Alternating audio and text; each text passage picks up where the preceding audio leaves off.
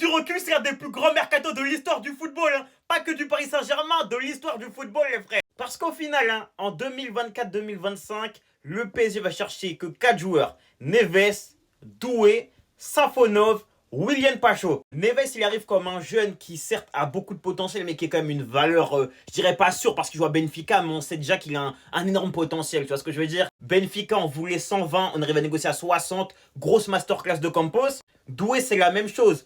Et encore rien prouvé, malgré tout, on connaît le talent du joueur, on connaît son potentiel. On va pas faire semblant, on le savait déjà.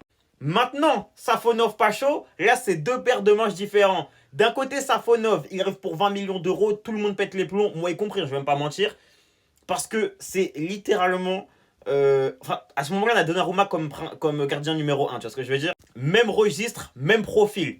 Et le tout en moins fort. Tu te dis, mais pourquoi faire? 20 millions sur un gardien remplaçant, ça n'a aucun foutu sens.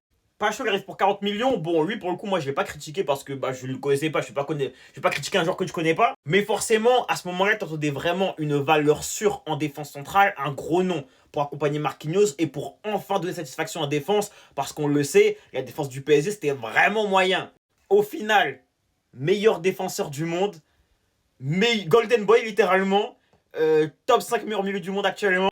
Safonov a fini par devenir titulaire au Paris Saint-Germain. Titulaire et il va peut-être aller nous chercher une deuxième LDC. Rendez-vous compte de la folie, s'il vous plaît. Évidemment, Kvara arrive pour l'hiver. Kvara, on connaît déjà, on sait déjà. Et la seule inconnue pour Kvara, c'était est-ce que Kvara mettra son ego de côté et commencera à faire les efforts défensifs?